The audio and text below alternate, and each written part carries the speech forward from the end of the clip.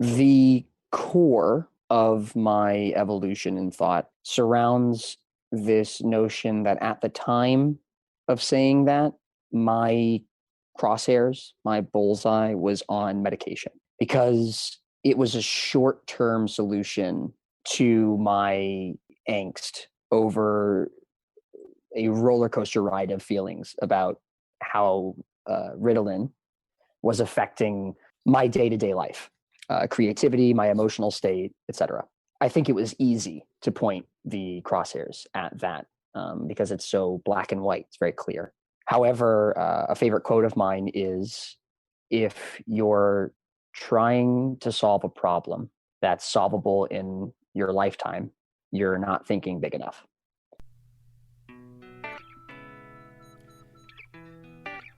ADHD Rewired, episode 110.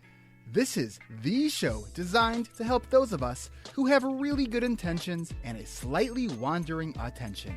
My name is Eric Tivers. I'm a licensed clinical social worker, coach, and consultant. We know that starting can be the hardest part, so let's get started. But first, let me thank our sponsors. Did you hear this week's episode of the Tom Nardone Show, the one on marriage? He announced that sales of his book, Chasing Kites, is up, and he credited you, the ADHD Rewired community. So let's see here how a little peer pressure works. All your friends are doing it. Don't be the only one in the ADHD Rewired community not to have read Chasing Kites. Go to ADHDrewired.com and click on the Chasing Kites image on the right side of the page, or go directly to TomNardone.net. Get his book, Chasing Kites. Hi, my name is Nisha Subramanian.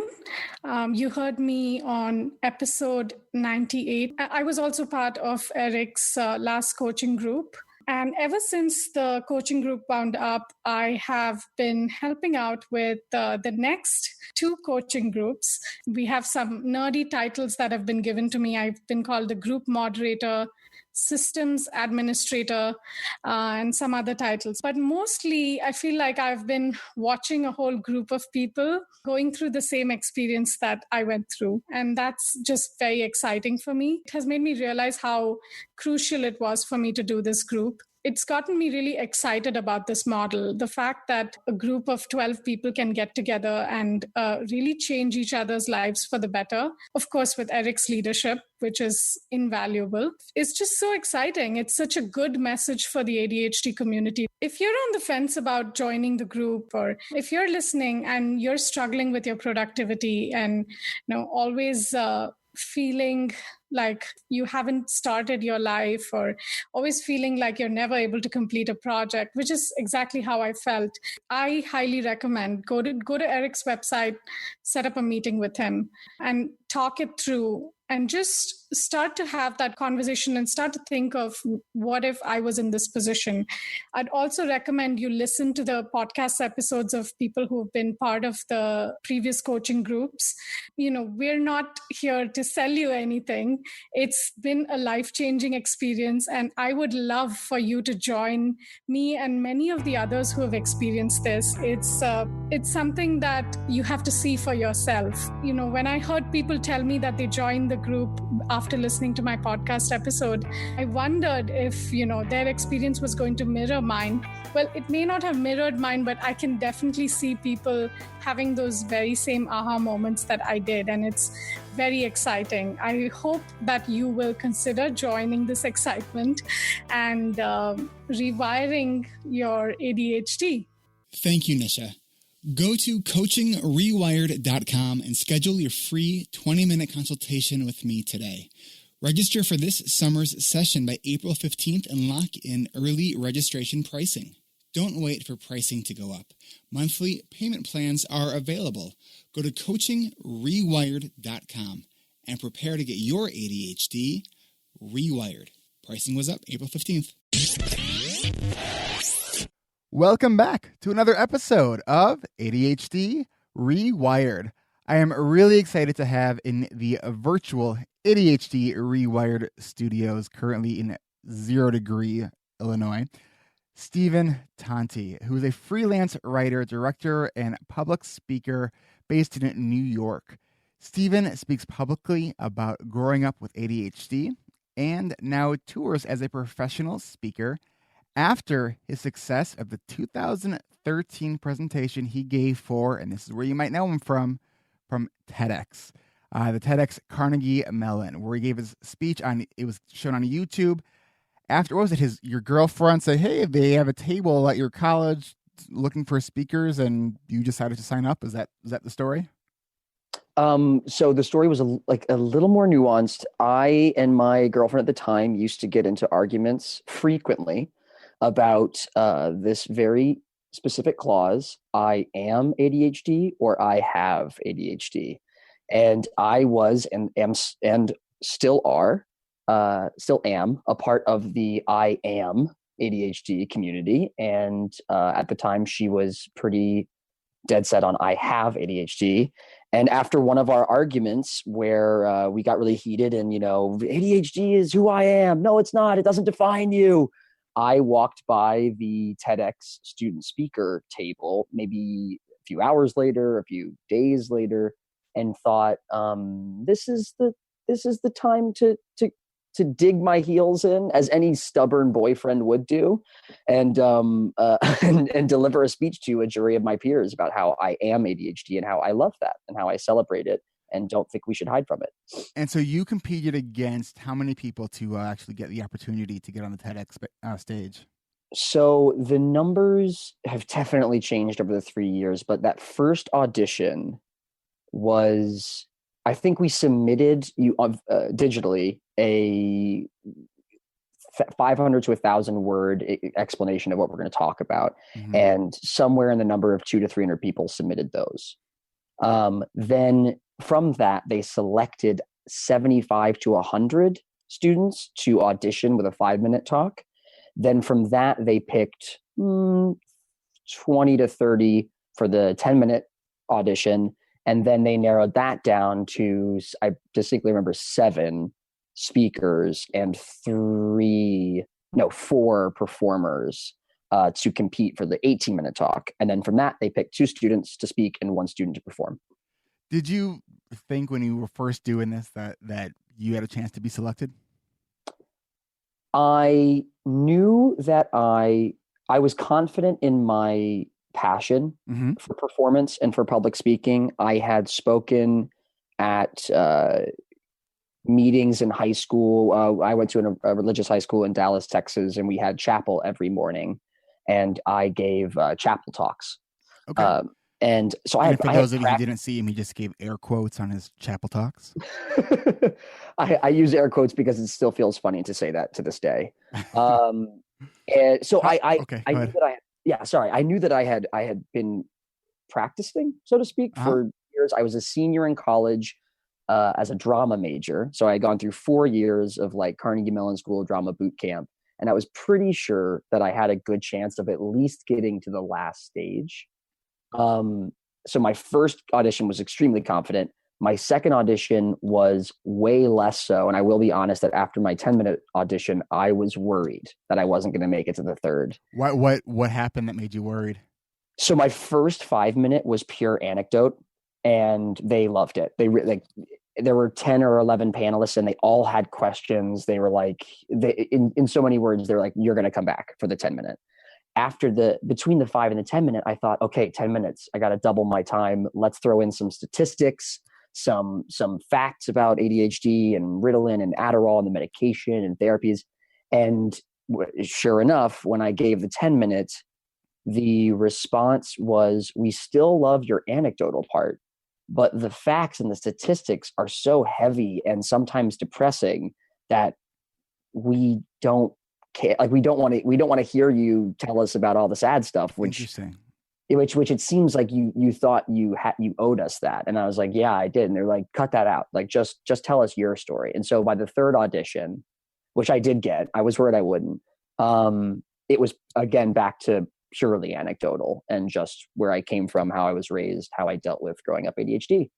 Now, you started our conversation today saying that this was all kind of triggered by this argument you had with your girlfriend, whether you are ADHD or you have ADHD. But in your TED Talks, you say you are a lot of things. And so what I actually want to do really quickly is we're going to throw in this clip, your introduction. I believe it was from your introduction where you talk about all the things that you are.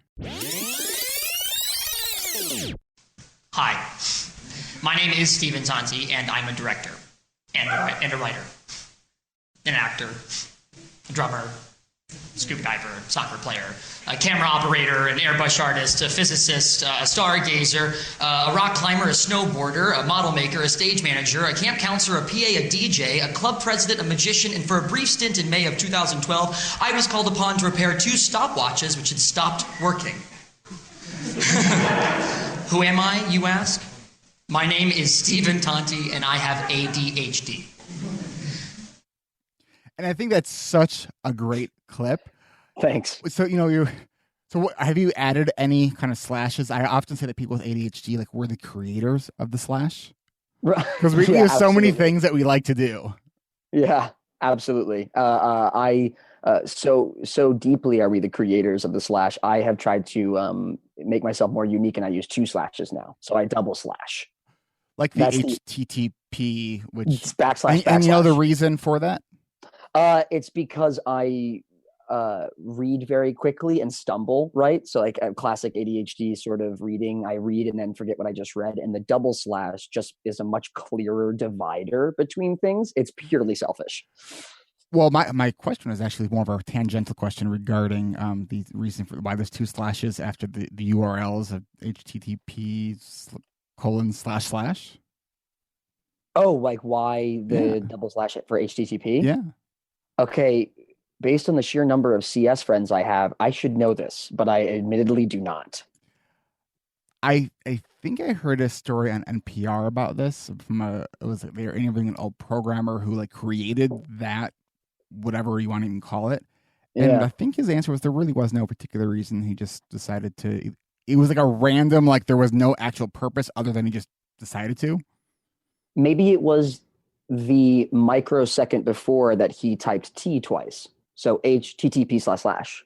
Maybe. There's a lot. I'm going just purely on like animal instinct and the rhythm of typing, HTTP//, So I'm going on the sometimes not so great ADHD memory of something that I think I heard once that I could be completely wrong on. So what you just learned may or may not be actually accurate. So there you go.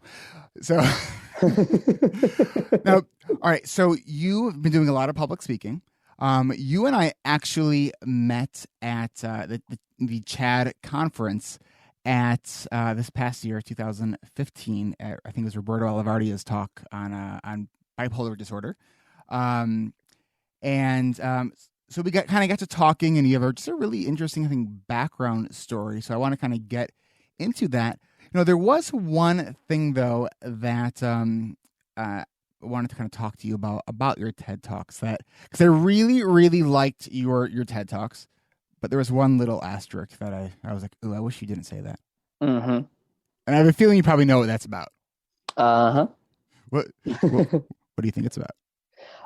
The statement that I made towards the end of the speech that I get the most backlash from, and I say most sort of cautiously or tenuously because it's not so much, but predominantly has to do with the medication remark, which has, I'm sure you'll be delighted to hear, evolved and changed since I was a senior in college. Oh, so there's a story right there. So so what was it that you said?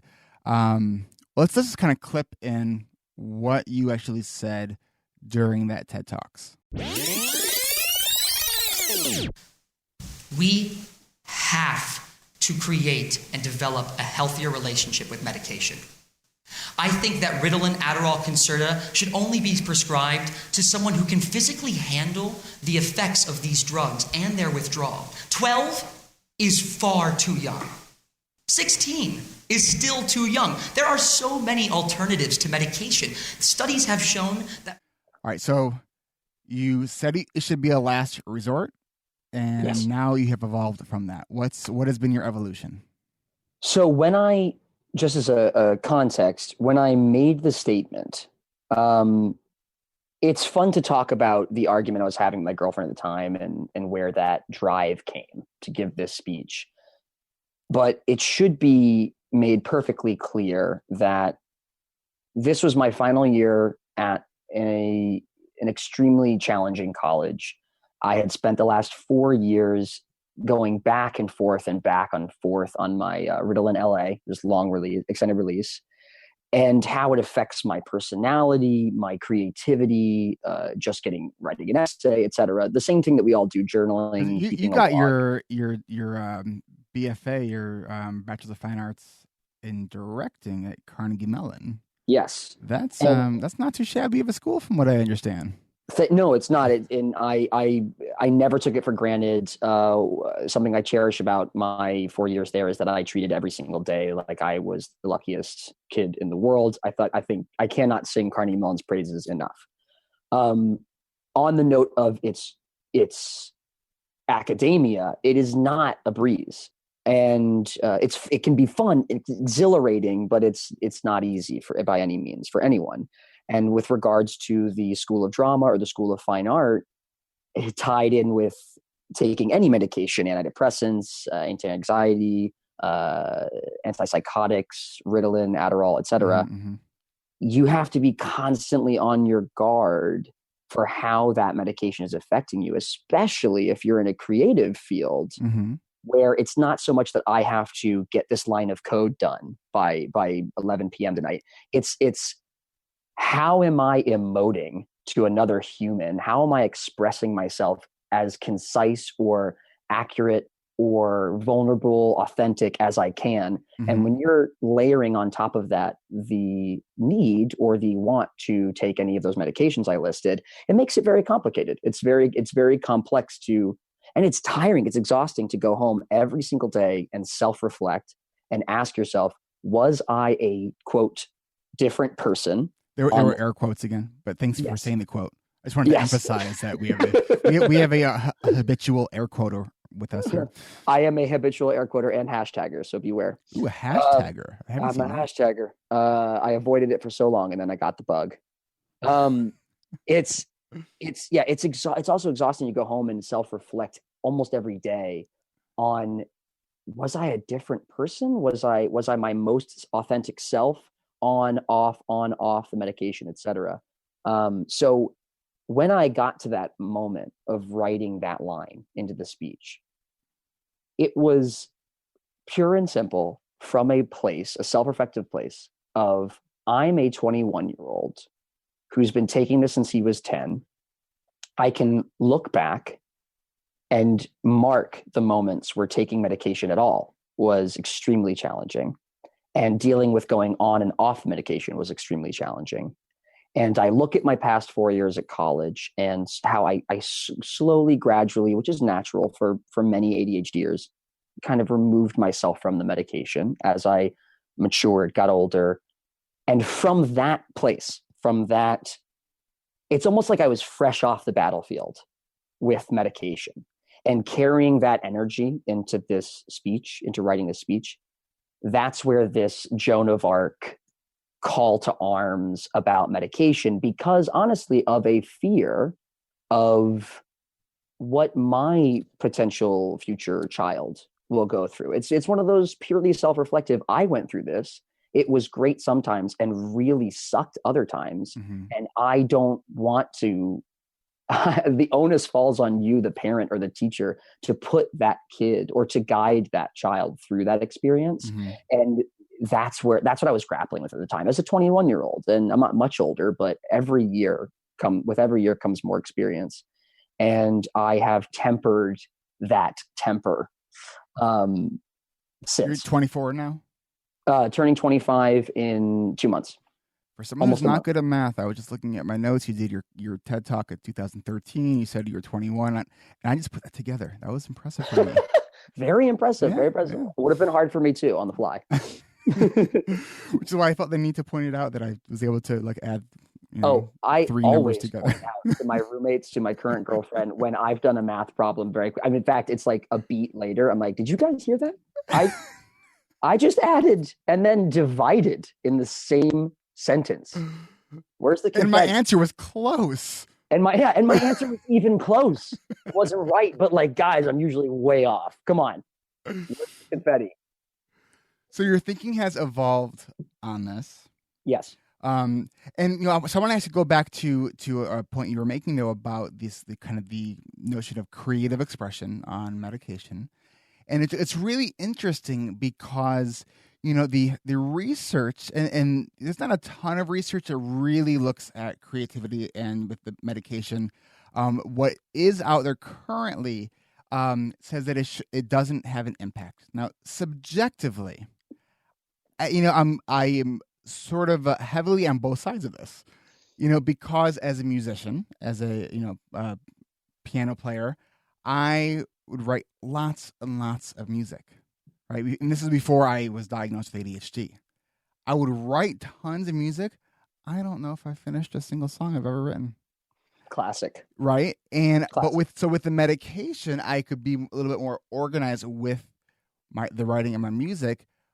And I sort of feel that my what kind of stemmed from the inability to play the same song the same way twice kind of morphed into I'm really good at improvising, but with a greater understanding and hindsight of even if I wanted to play the same song the same way twice, could I actually do that? And looking and understanding why that was challenging, but I kind of worked around that by becoming sort of a good improviser. So nice. If the medication makes you more creative, but you don't finish anything you do, like, is that really helpful then? So I had a conversation this morning actually with a new partner of mine in the attention different push in the ADHD speaking realm, and I'll come back to him later.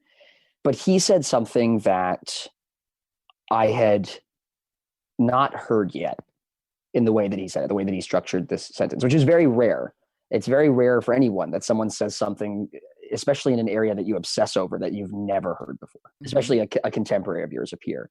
And he said, medication, we have to stop giving medication so much credit, for good and for bad. And I realized that and I'll get to the quote that I really like from him in a sec, but that is what I realized I was doing my senior year.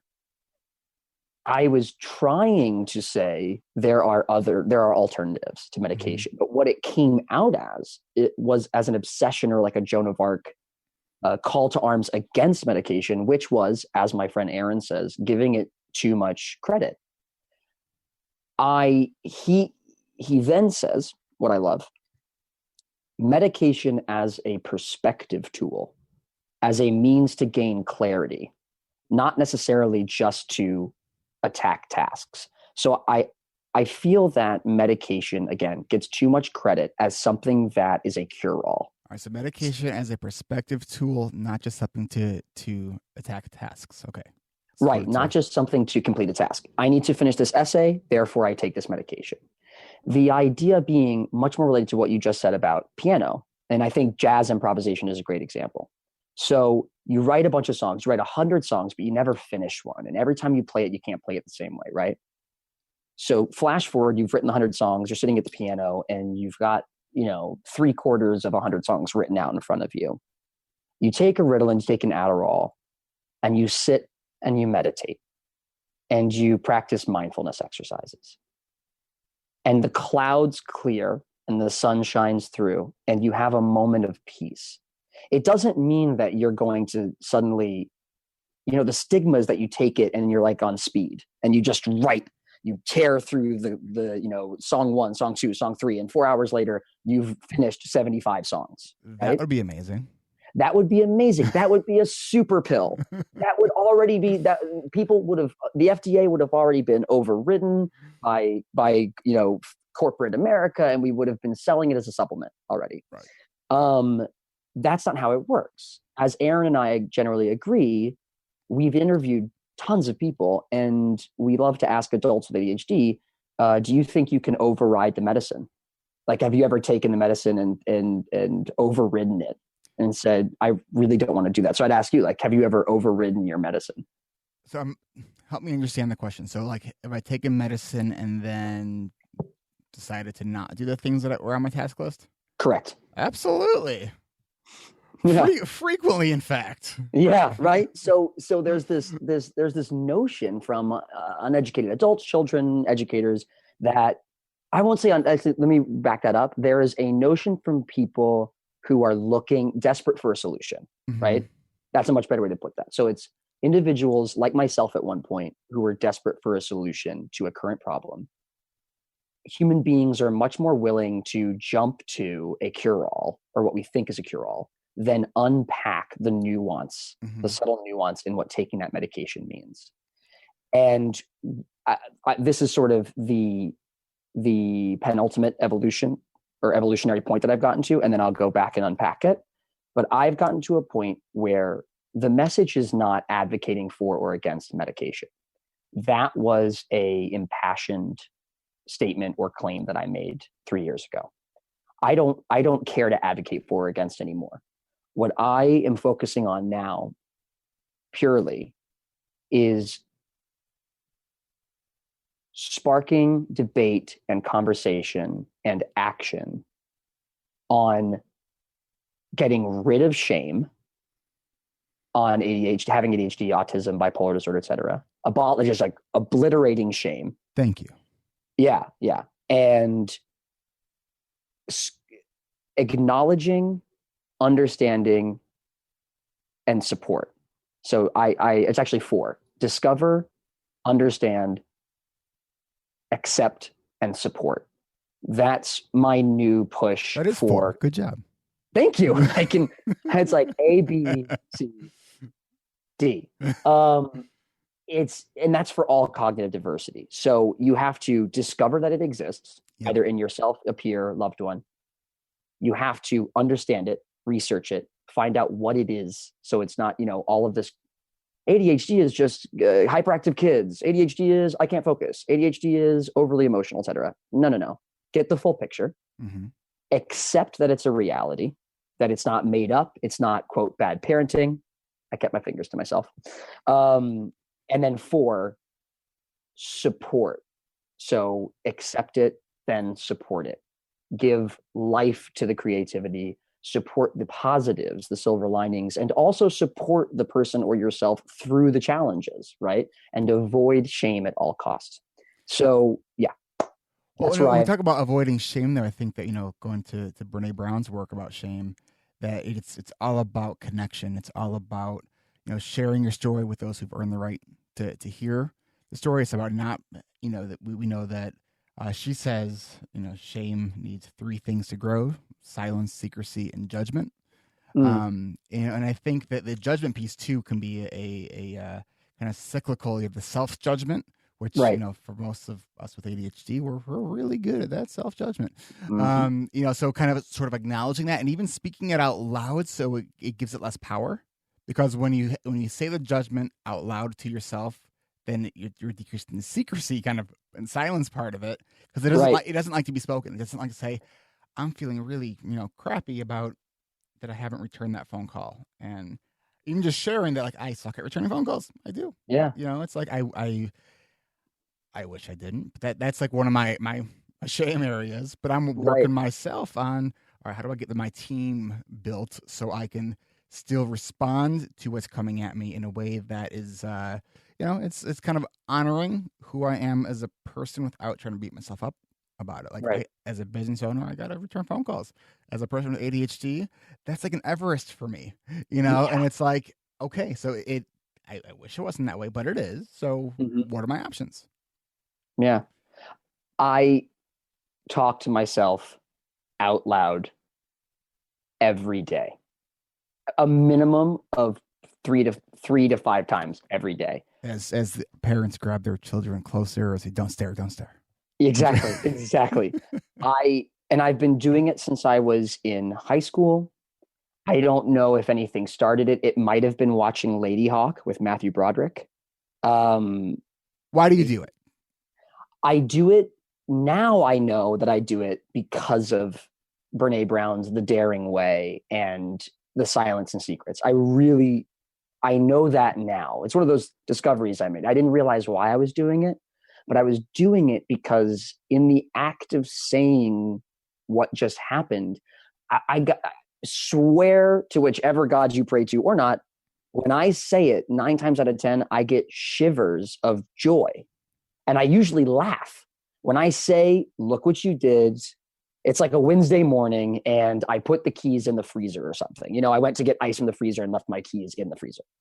I laugh. I point it out and I go, look at how ridiculous you are sometimes. Look at this. I'll like open the freezer and close it, and open the freezer and close it and be like, this is not where keys go. And then, and my roommates think I'm crazy, but we all, we laugh about it. Right. I learned to say what I did out loud. And 9 times out of 10, I laugh. And on occasion, that 1 out of 10, it's not sad, but it's pensive. 10% of the time I'll say, you really didn't reach out to that person who you promised you would. And it's been, let's say, 2 or 3 weeks. And it's not about beating yourself up. It's saying out loud, you know your own potential, Stephen. You are capable of doing these things. And you know that the reason you're not is because of insecurity and self-doubt. And you're not kicking yourself in the butt in organizing yourself, writing that to-do list and making sure you attack each bullet point on the to-do list. It's the power's within you. From I'm going to go kind of deeper into the science for just a second here. Mm-hmm. So Russell Barkley talked about not Zalowska. She's the mindfulness. The Polish. No, not her. Crap. It's the person that talks about self-speech. Okay. Yes. Zalowski, but oh man. So we'll just call him the self-speech dude who's like really, really well known, and it looks like Steven might be trying to Google it. I may or may not be trying to Google it. And she talks about how we use self-speech, from when we're young children. You'll see kids 3, 4 years old who, when they're talking to themselves, they're really just thinking, but they're thinking out loud because their executive function hasn't allowed that to become an internal speech process. Right. And he talks about one of the reasons why, when as adults, even let's say we're playing a game, or it could be Barkley, when he was telling this kind of his antidote, he was talking about his golf game. The reason he utters 4-letter words after he hits a shot, it's not that it's going to improve what he just did. It's to help direct future-oriented behavior. So when we kind of speak out loud, it's designed to be a self-correcting mechanism, which I thought was just a really interesting kind of function of why do we, sort of curse ourselves sometimes when we make mistakes. Right. The design is sort of to correct future behavior, which I theoretically believe is why many of us have had done an action that should have been on the to-do list, never made it on the to-do list, but we wrote it down on the to-do list after we completed it just so we can cross it off. Oh, all the time. And I think we do that because in some ways we're like, that really should have been on the to-do list. Not me Right. should have as the shaming should have, but like that would have been the type of item that would have been smart to have on the to-do list. And so I'm going to use the self-correcting mechanism as a way to kind of guide future-oriented behavior. So items like that in the future do make it on my to-do list. Right. And coupled with that are the recent studies in norepinephrine and emotional compartmentalizing, and how, more and more frequently, empathy is being cited as extremely vital characteristic, heightened sense of empathy in ADHDers. And you immediately jump to, oh, that's nice. They're like more caring and they're more sympathetic and nice.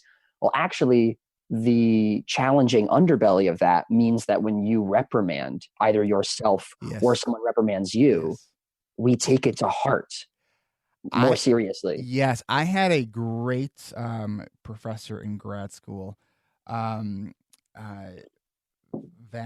Aker from UIC. I think Richard Van Aker. He was this awesome. Like he was like an ADHDer's dream as a professor because he was one of Okay. these like 6 p.m. to 9 p.m. classes, and he would come out with guns blazing, like dropping f-bombs. So he totally like Nice. captured your attention from them. Like so he was totally like a beady kid, but this Hmm. now he had like 2 like doctorate degrees both in social work and education. And one of the things he talked about in the I think the one unit we had that was on ADHD, and that was the only class that I ever had on ADHD. He said for students with ADHD and learning disabilities, when we're looking at behavioral reinforcement, positive reinforcement. So if you think about a kind of an emotional bucket, so that every time you praise a child with ADHD, for something good that they did, you're adding kind of one marble to their emotional bucket. Mm, Every time you criticize, you're taking away 17. mm. And that was, for me, that was a very powerful visual, like, oh, Yeah. we Yeah. got to be laying off the criticism, and be laying on the positive feedback because of that emotional. It is true. It's like when, I got I'm gonna share a vulnerable story that just from this week. Hit me. So I got an email from someone who wanted me to be, I think they wanted me to be on their podcast. Hmm. And the whole premise of their podcast I really like. It's about people who have made mistakes, learn from them. Oh, Right. cool. The Yeah. subject line of their email was, "Eric, you made a mistake." And the shame trigger was just like, I didn't even open it right away. I was like, oh my, I don't even want to look at it right now. What did I do? Like, Oh, and I was like, well, that was an interesting, like, automatic response that I had.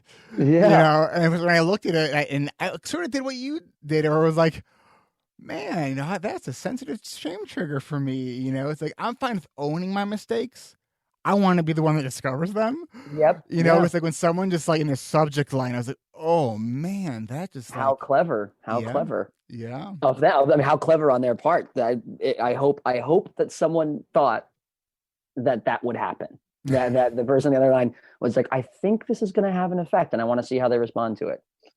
Yeah. Yeah. So No. the criticism piece emotionally it makes so much sense. Yeah.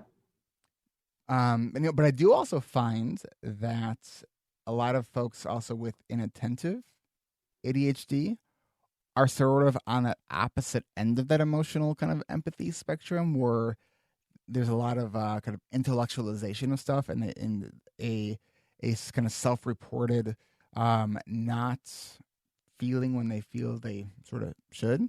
They're just sort of like apathetic. But that's just sort of subjectively from clinical observation and experience. So I think that the role of emotion Yeah. is very, very relevant, but it's not just one thing. Like ADHD is not just one thing. And to wrap this all the way back around And a nice little bow. Let's do it. in a nice little bow, that is the platform from which I scream taking medication of any kind without question affects your general mode of thought, right? Especially once you're an adult. So I don't think that we get tied up in semantics so much that a study comes out and says taking Adderall, taking Ritalin, taking concerta, Vyvanse, etc., does not show any signs of affecting creativity. Well, that to me is vague and is talking about a direct correlation to I took this pill and now I suddenly can't think of colors to paint with. And that's a little ludicrous to me. Of course it doesn't do that. But at any point day to day that you change your state of mind, for good or for bad, you are making a choice to shift in perspective slightly. Mm-hmm. And in doing that, there are thousands of consequences. And I'm not using the net negative term of Using consequences. the behavioral term of a result of. Yeah. As in the consequence of adding 1 to the number 1 is 2. Is 2. There are thousands of results that stem from that original thought to I'm taking this medication. And it's grappling with all of those reactions, both mental and physical, to taking any kind of supplement or medication, layered under, right, buried under all of the normal interactions that we have to go through regardless of medication. So if I wake up and I didn't get a whole lot of sleep the night before, I am tired, any neurotypical take Ritalin or medication out of the equation, I got 30 minutes of sleep last night and I have to be on set all day, I'm going to be frustrated by 4 p.m., right? Add on top of that all of the, sorry, take me back a little bit. I think crap. I said, no, it's okay. I think I said, I believe what I said is when you make that decision to take a supplement, take medication, really affect your behavior chemically in any way, you spark a laundry list of reactions, a tree. It's like the family tree of physical and mental reactions to the chemical stimulant. Now, barring that for a moment, there are so many factors in day-to-day life that affect your emotional state and your choices, regardless of medication or supplement, right?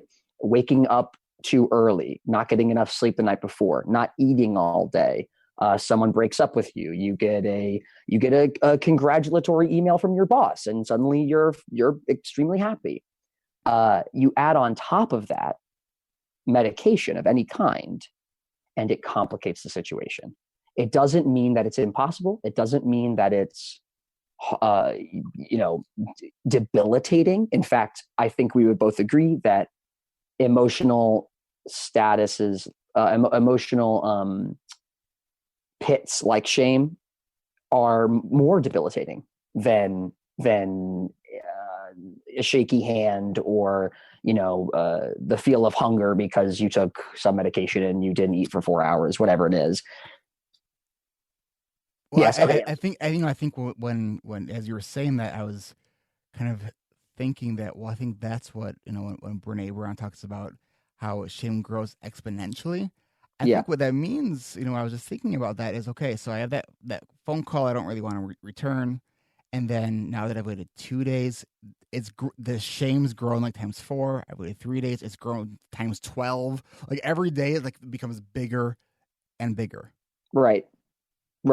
And what I've learned over 3 years is that the root of the problem is not, again, medication bad, medication good. The root of the problem is feelings of shame, because I can take a Ritalin, finish a task, and then come off of it, right? Especially for like a fast acting quick release, It's a pretty steep drop. And if you're not in a good emotional state, you might get snippy, you might get frustrated with people, short fuse situation. And then you add shame on top of that. Like, God, I can't believe I depend on that medication to finish that email. You spiral, right? And so we want to avoid that at all costs. So taking this all the way back, my less educated self in 2013 pointed the crosshairs at the medication at a young age. So, Stephen, you were telling me about the evolution of medication, kind of how your thoughts have evolved on this, and I want to know more about that. But before we do, we're going to take a quick break to thank our sponsors. So you have been listening to Stephen Tanti, who we recorded originally January 19th. And after we hit record on this interview, we were just casually talking, and I mentioned to him about the ADHD Rewired coaching and accountability group. And Stephen, so I have him on the line right now. Steve, what was your response when I kind of mentioned this group to you? My gut reaction was one that I find its roots in growing up in Texas, in the South. And that was fear. It was a gut reaction of, I don't know that this is right for me. I don't know that I can commit to something like that. The word therapy still is a buzzword for me, as silly as that sounds. And it is silly. When I first heard the offer, I was taken aback and kind of went to this, it's a little darker, scarier place of commitment. commitment to I think it's a 10-week program, right? So a commitment to something 10 weeks long, three days out of the week, an hour each of those days, for someone like myself, arguably bridging on laughable. This would be officially the first ADHD therapy, ADHD specific therapy that I was going through. And didn't you say to you that there was that you would need to like talk to like two different people or something to run it by them, because you don't make like big decisions like this without kind of consulting with others? Yes. I had actually an ex of mine. Her mother is a social worker in New York, and her parents were kind of like surrogate parents for a couple of my classmates when we lived in New York. And I went right to her and asked if this was something that she thought was a good idea. I also spoke to my parents, and I spoke to two of my all-time best friends from high school, back in the high school days. And it definitely circled around time and money. It was a question of, do I invest this money knowing that I have this fear of missing some number of classes, right? Am I going to pull some of the same strings that I did in college, high school, you name it, where you ADHD out, for any of a myriad reasons don't go, right? And I know myself well enough that I knew that there was the potential I might not show to some of these things, sometimes for legitimate reasons, sometimes for, kind of fibbing, silly reasons, personal fears and stuff. So I had to cast that net and ask people, do you think this is something that I, A, should do, and B, can do, and C, should I just go in the bathroom and look in the mirror and say, come on, just do it. Like, stop kidding yourself. Do it. You need this.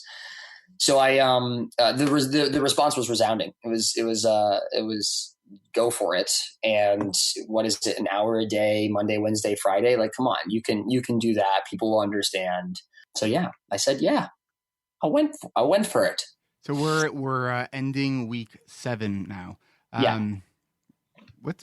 Describe your experience at the coaching group. I, again, was reticent. I was worried about this group, and we get into it, and I could not have predicted, A, the type of people that would be in the group, and B, more importantly, their effect on me in such a short span of time. In just 1 hour, the intro meeting where we just introduced ourselves and talked about what we do and who we are. After every person, it was like an exponential rise in happiness, comfort, feeling welcomed, feeling a part of a group. I mean, you can't pay enough for finding a community that no matter what you do on an individual basis, you all share something very unique. When you've gone so long kind of cherry picking at various friends, throughout life who may happen to have ADHD or autism or bipolar, it's a whole nother ballgame when you sign into a group of 12 people. And there's something intangible at that. It's a magical moment where about 30 minutes into the hour intro, it was very clear to me that this was something extremely important, that I was not prepared for how much this was going to mean for me emotionally, and practically. And so that was definitely a highlight. And, this is why I keep doing this, because I regularly feel and hopefully express often enough that I feel like I'm the luckiest person in the world, because I have the best job in the world that I get to do this, because this is amazing. Getting to hear, your stories, getting to see other people grow the way they are. And I'm in this with you guys. Before we get back to the interview, 2 things really quick. One, I know that Stephen used the word therapy to describe this group, and I just want to be really clear. This is not a therapy group. This is a coaching group, and we certainly do dive into emotional stuff, because when we have ADHD, productivity is emotional. But the next step that you can take if you want to have this kind of experience is go to coachingrewired.com. Register before April 15th, and you can take advantage of that early registration discount. Now, let's get back to the episode. We are back with Stephen Tanti, and as our thoughts continue to develop and evolve over all the things that we say and do. I want you to share with us now, Stephen, what has been your development of your thoughts since you left the TED stage? Great.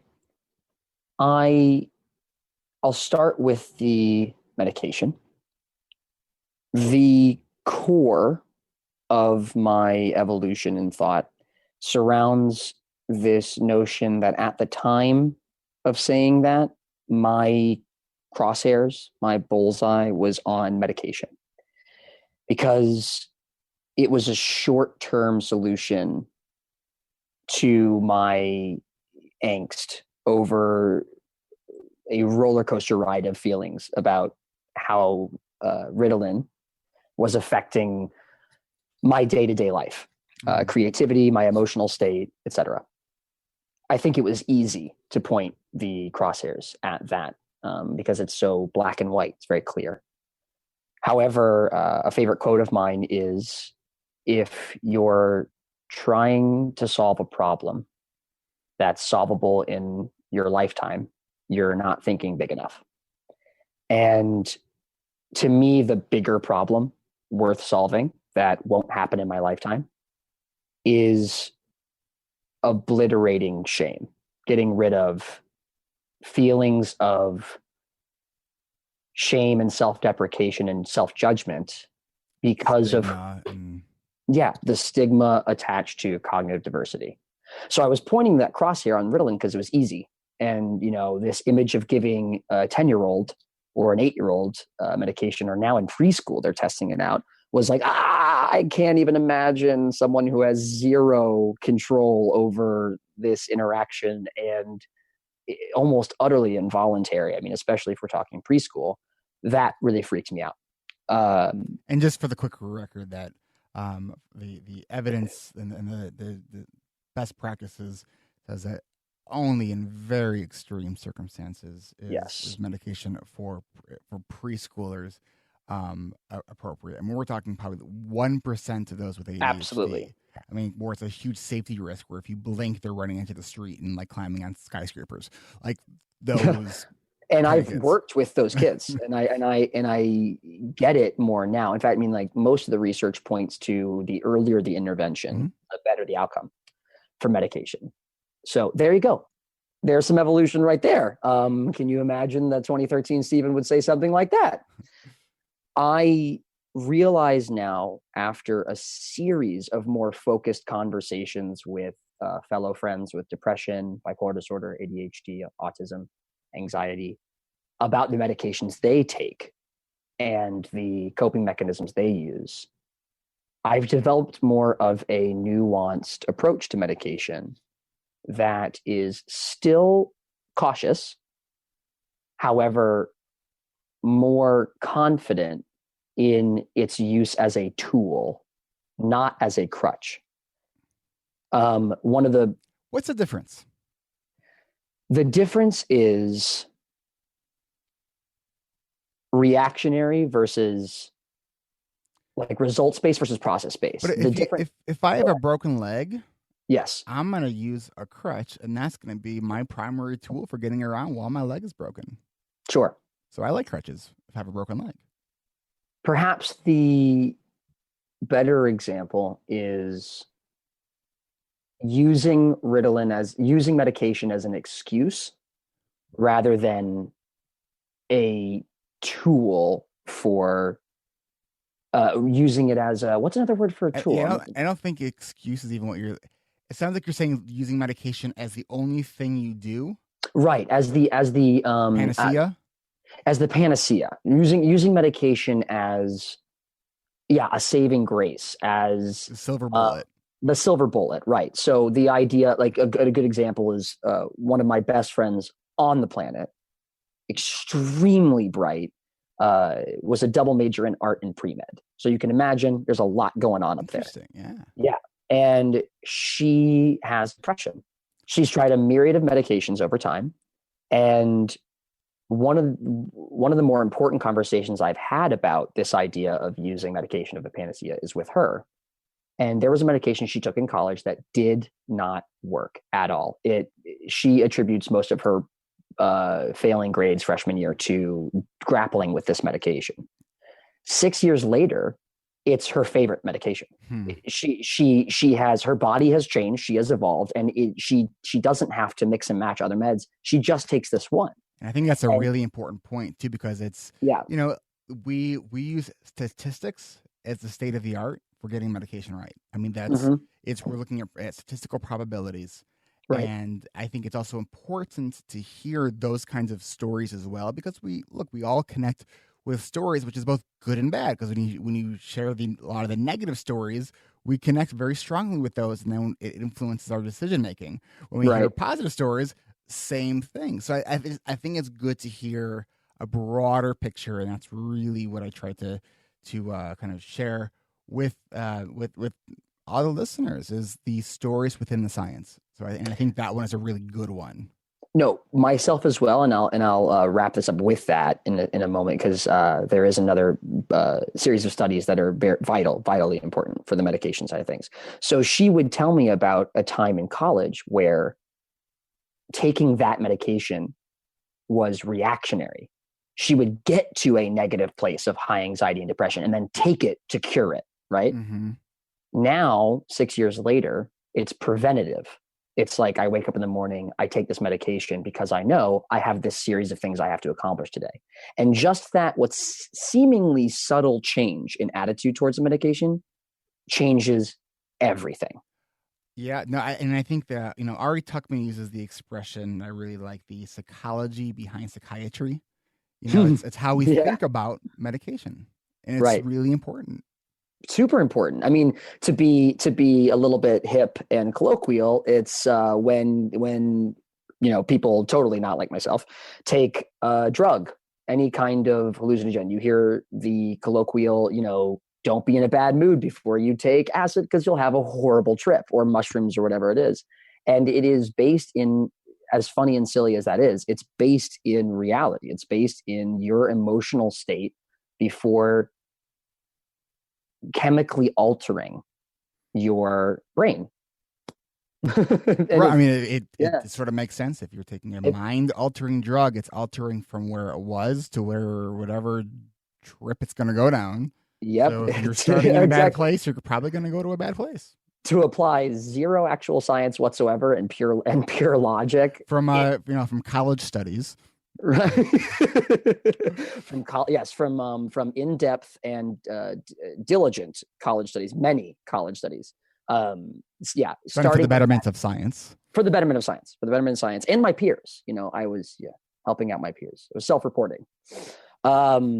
So if you start in a bad place, you may find yourself in a bad place 3 hours later, and that was a huge discovery and acceptance. So I'll make that point about what you said about monitoring. So monitoring is a huge, in my opinion, issue. We monitoring, like self-monitoring, and also when the child is too young, being monitored. Okay. I just wanted to get clarity on what you were referring to with monitoring. Yeah. Because my first thought was like, did I say something about monitoring? No. What you said was, based on that, the medication that did not work 6 years ago works better now. Got it. Yes.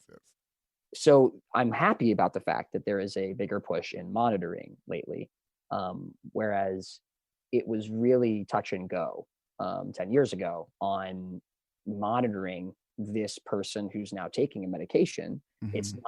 It's not a antipsychotic by any means. However, it is still a chemical altering of this person's brain, and it needs to be monitored. We're now discovering, research finds that it's not like monitor that every 6 months to a year. It's monitor that every 3 weeks, month. Like check back in. Does that dose work? Does this medication work?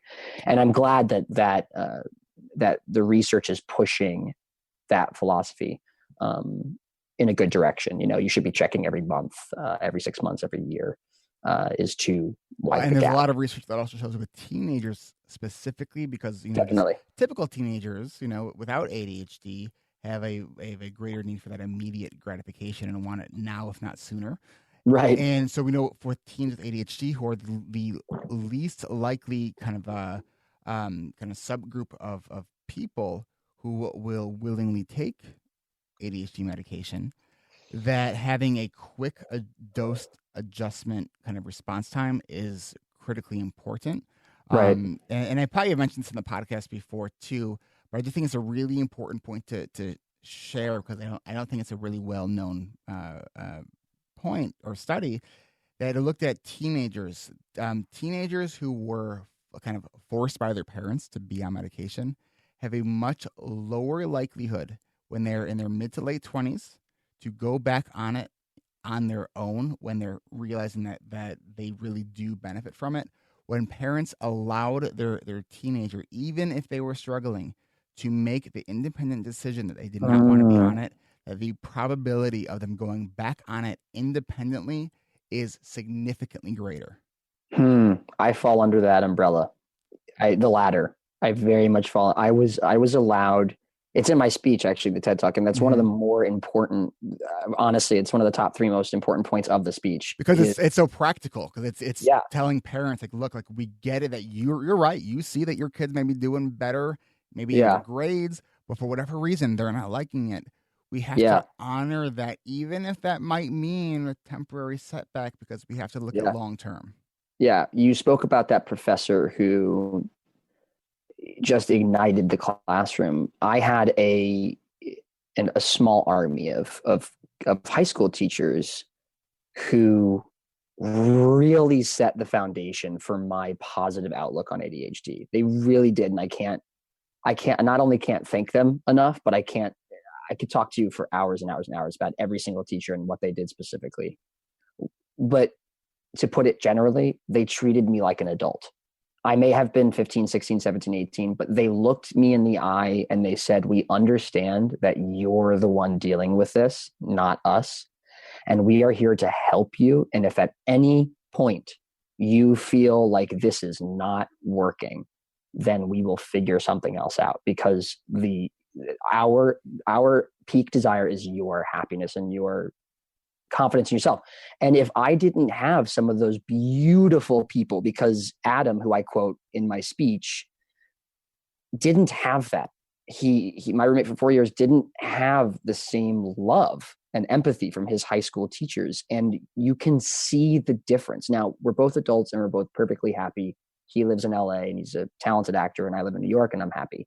But in college, you could see the differences in the way that I handled medication, my ADHD, how I felt about myself, how I talked out loud to myself all the time. And you could see Adam really, really struggle emotionally with what was going on with him, and how to cope and how to deal, because he wasn't. And you could also see a difference in, dare I say, maturity, but almost like his interaction with those teachers stunted his self-confidence and his grit, like his belief in himself. And I want to comment too, Stephen, that I don't know if you were able to tell, but as you were sharing your experience with your teachers, I was getting kind of choked up, because I was like, when we think about how important that is for kids with ADHD, and it's massive. It's when we can help kids and help teachers by helping kids, by giving them the tools, the language, to helping them have the conversation, so kids can kind of grow up and be positive, self-determined individuals, instead of going through thinking that there's just something wrong with them. I mean, it's just extraordinarily powerful to think that, and just that whole idea of, we're going to try this, we think this might help, and if it doesn't, we're going to try something different.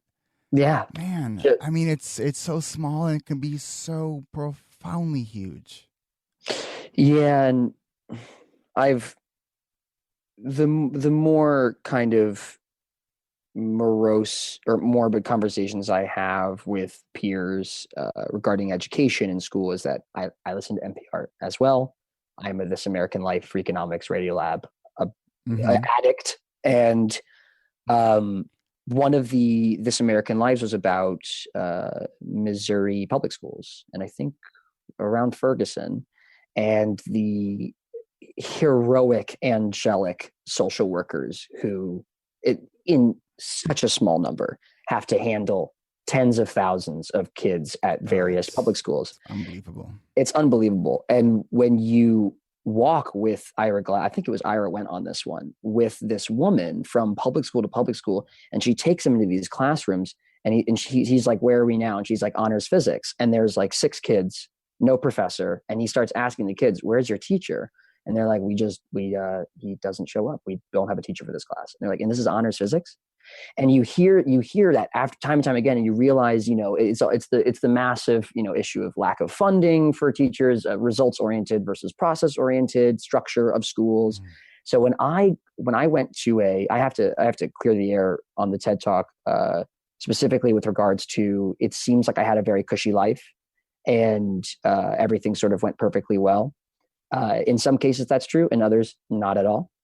In the case where it is definitely true, I went to a private high school in a wealthy neighborhood where my teachers had the time and the perfect number of students to give me full attention.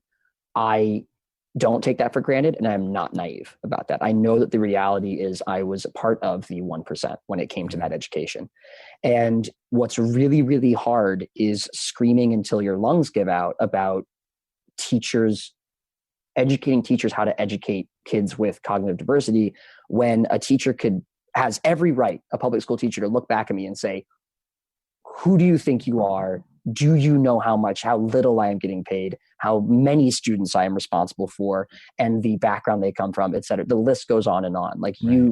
To tell me to completely alter my method of instruction when I am, floating upriver without a paddle, it's like your issue with ADHD is the last thing on my list compared to just a much longer list of probably worse things. Do you take the then response of universal design, where if you know how to educate the child with ADHD or other learning challenges, that's actually going to benefit every student? Absolutely. Without question. I think the lack of movement and the lack of attack is due to fear and disinterest. Disinterest from those with the haves, those with the money to help, and fear from those without, the have-nots.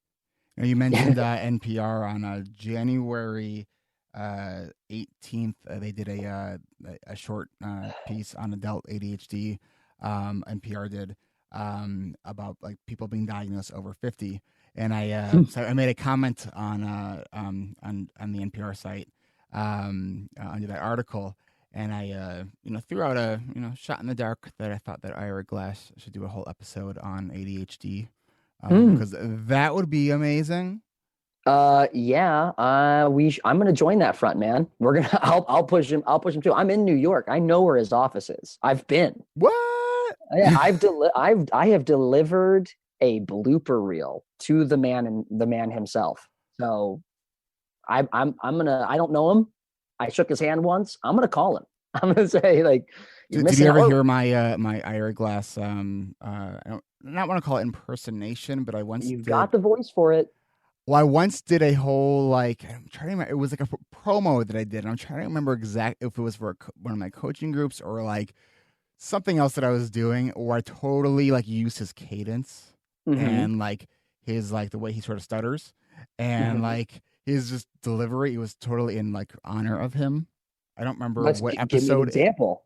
Just give me Act 1. What Act 1 of ADHD? What you're saying is, it's not that you don't know what you're doing. It's more complicated than that. Exactly. No, not bad. I think the number one out there by far is the Fred Armisen impression. If you haven't seen it, do yourself a favor. Okay. Fred Armisen, Portlandia, used to be on SNL. His impression of Ira Glass is brilliant. And that is not bad. You're more than halfway The there. tone isn't there. I think the cadence is there. Yeah, absolutely. It's the but you could push it a little bit and get that high pitch frequency. Yeah. I mean, this is consider I haven't like heard his voice in my head in like, a little while. Oh yeah, I bet you if you took 10 minutes, listen to him straight, you'd have it down pat. That is something that I actually think that, of all the like things that I'm like would be interested in that has kind of come across my mind of like, oh, I should work on that, is doing impressions. Like I totally enjoy like doing impressions, but I don't like spending any time on it. I would dive right in. Like, when I hear someone's voice, I can sort of like to a degree spit it back. So. I think that is tied to, here's my crazy theory, and I'm sure you and I both have our like little list on our desktop of like crazy theories about ADHD that I won't necessarily say. Might be wrong, but are probably just crazy. But probably, yeah. I think that as I do impressions as well, and I'm not as good as one of my roommates who also has ADHD, we're pretty sure, and he does unbelievable impressions. But I can zero in sometimes, especially like you just said, if I've just listened to a British accent or Ira Glass or whatever. I think that's a combination of musicality, but also part of this ADHD or empathy, heightened sense of empathy. There may be some degree of a stronger attachment to someone's voice or to someone's cadence because we empathize so quickly and so strong, so fervently that we actually just pick up more nuances and more cadences from the voice or from the music or whatever it is. So I'm we're, as people with ADHD, we tend to be kind of connectors. We connect dots that are similar and related. I have it written down in my notes right here. Yeah. And I was listening to, I think it was a Radio Lab thing about, they're looking at voice and tonation and tonal languages. They were looking at, there's a number of things they're looking at. One was like why there's so many like Asian musicians that go on to do like amazing things in the classical world, because the tonality of their language fine tunes their ear to it. But it was also looking at like emotional intelligence in Asian cultures, and they were looking at a higher level of just innate emotional intelligence because their language is so tonal. I buy it. The Thai language, where the same word means five or many different things based on how you inflect up or down, or that's amazing to me. It's amazing to me too. Language, there's a solid handful of things that blow my mind.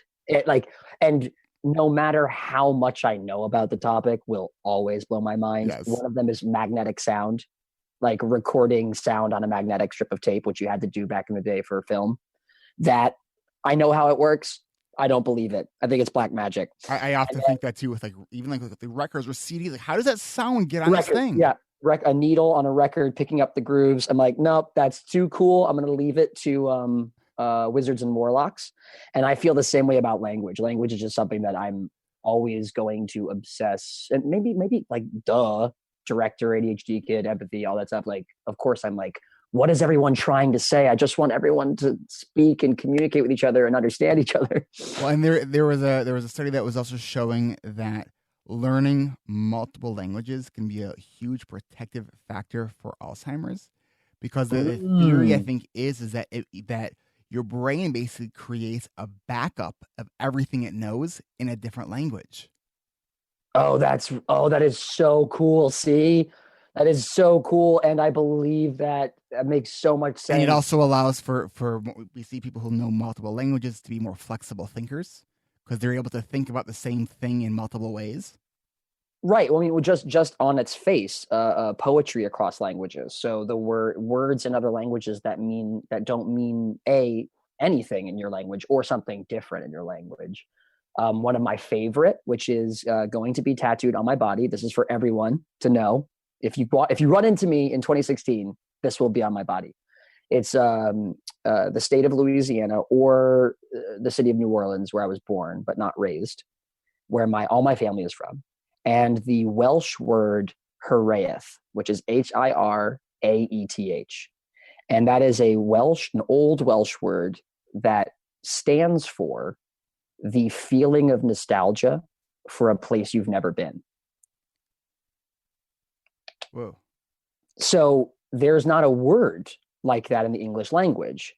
But if you could speak Welsh, which is, actually pretty damn close to Old English, Middle English, the Old English language, and combine the two, suddenly, I mean, absolutely you have more neuroplasticity and more flexibility of thought when you know 8 different ways to say the same thing, but more importantly, one way to say 8 different things.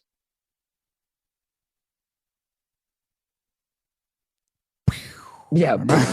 And that's why language, as mind explodes. Yeah, and then Eric Tivers died tragically in a cranial implosion. Well, the implosion would have been more helpful because then it would be less messy for people to clean up around me. Right, exactly. It would just be. So you're welcome to those who had to clean up around me. You guys have been doing it enough of my life, having to clean up the messes everywhere I go. And so my final act was to implode instead of explode. As gratitude. But with that, we have to outplode, which is a word I just made up. But we're going to assume that means we have to wrap up this conversation, because I think that we could probably go on and on about things that fascinate us. I know, because I think that list might be endless. Yeah, I think you and I could start a separate podcast that called "Things That Make Me Wow," or just called it'd be called "Brain Implosions." Ooh. Yeah, cranial implosions, Steven, or just the implosion. Hashtag implosion.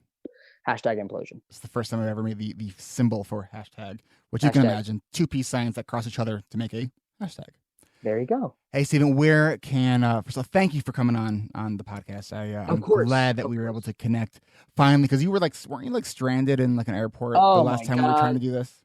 Well, I mean, okay, barring any political commentary on global warming, there have been a series of crazy storms this winter, and one of which was an F4 tornado that came dangerously close to downtown Dallas, where my sister and I were at Dallas Love Field, the airport there, trying to travel to Louisiana to see the other half of our family, split parents, that whole game. And we were trapped in the Dallas Love Field airport with everyone else, witnessing the Dallas Love Field mismanagement of crisis by the lovely folks who work there. And for about 4 or 5 hours, we were trapped in there. Ironically, my father's house is 5 minutes away from the airport, but we could not leave and shouldn't have. So it's a good thing we stayed. We eventually made it to Louisiana, but it was the following day, and that kind of ran into our original interview. But it was nuts. It was absolutely nuts. So speaking of nuts and other tasty snacks, if people want to get a little bit more information from you, where can they reach you? Great. So that was such a bad transition to the end, but I'm just gonna go. It was I'm usually pretty good at those. That I swung and I missed. But swing it at anyways. One of the greatest things you learn in life, especially if you go to an art school, is plan to fail. Plan to fail. I know that whole fail to plan to fail. No. Plan to fail, learn from your failures. So you tried, you took a risk, and you learned from it. So there are a couple places to find me. My website, myname.com, StevenTonti.com. It's Steven with a PH. Steven with a PHEN, Tonti.com. It's off and on under construction at the beginning of this year because I'm adding some things and changing some things. You can check out my TED Talk on YouTube. You can also just Google my name and it pops up. And all the links to that will be in the show notes. Great. So the final place you can find me is I have recently partnered up with this guy named Aaron Smith, who is an ADHD coach who operates out of upstate New York and in Greenwich, Connecticut. He has a website called Potential Within Reach.